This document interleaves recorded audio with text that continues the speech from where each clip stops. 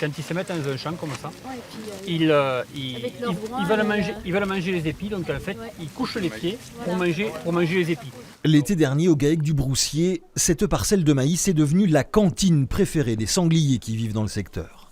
La nuit, l'animal s'y est goinfré comme un cochon, avalant ou détruisant environ 10% de la récolte. Et les cas comme celui-ci se multiplient, de quoi miner encore un peu plus le moral des agriculteurs déjà confrontés aux effets de la sécheresse. On ne peut pas continuer comme ça pendant encore 10 ans ou 20 ans. Enfin, même moi, un an de plus, ça suffit, quoi. Ça en est trop. Mais je ne vais pas baisser les bras face aux sangliers, quoi. C'est pas nous qu'on va arrêter, c'est les sangliers qu'il faut arrêter. Car il y a urgence. En Aveyron, la population des sangliers explose. En 2010, 7000 bêtes avaient été tuées. En 2018, 13 000 sangliers ont été abattus.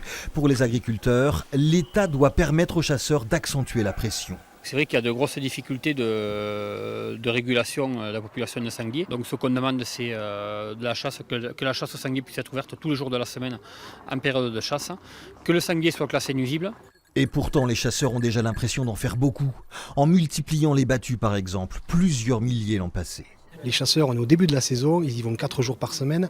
Des fois, ils se font un peu mettre la pression de manière un peu virulente par la profession agricole et ils en ont un peu marre. Nous allons essayer de trouver des solutions avec les agriculteurs, avec les fédérations de chasse, se mettre tous ensemble autour de la table pour trouver les solutions les plus efficaces afin de remédier à ce qui devient vraiment un problème très important et surtout récurrent. Agriculteurs-chasseurs, quoi qu'il en soit, même combat contre le sanglier, car les dégâts qu'il occasionne dans les cultures coûtent très cher aux fédérations de chasse. Pour celle de l'Aveyron, l'ardoise s'est montée à 560 000 € l'an passé.